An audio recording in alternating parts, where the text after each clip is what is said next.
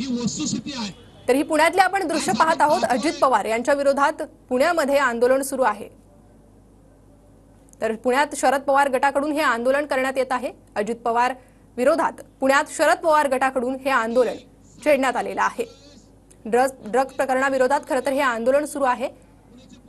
शरद पवार गटाचं हे आंदोलन आहे। अजित पवार यांच्या विरोधात हे आंदोलन करण्यात येत आहे। अधिक अपडेट आपण घेणार आहोत आपले प्रतिनिधी योगेश बोरसे यांच्याकडून। योगेश,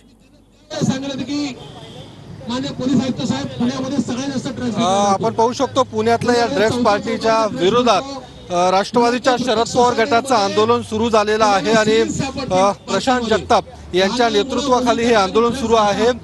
ज्या ठिकाणी पार्टी झाली होती त्याच फर्ग्युसन कॉलेज रोडवरती हे आंदोलन केले जात आहे आणि राज्य सरकारचा आणि पुणे पोलिसांचा निषेध या आंदोलनाच्या माध्यमातून या ठिकाणी केली जात आहे।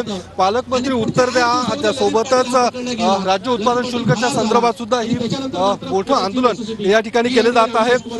प्रशांतजी, काय सांगणार? आंदोलन केले जात आहे, राज्य सरकारचा गृहमंत्र्यांचा निषेध या ठिकाणी केला जातो। नाही, या ठिकाणी आपण पाहतोय ज्या पद्धतीने पुण्याचं नाव हे बदनाम होतंय।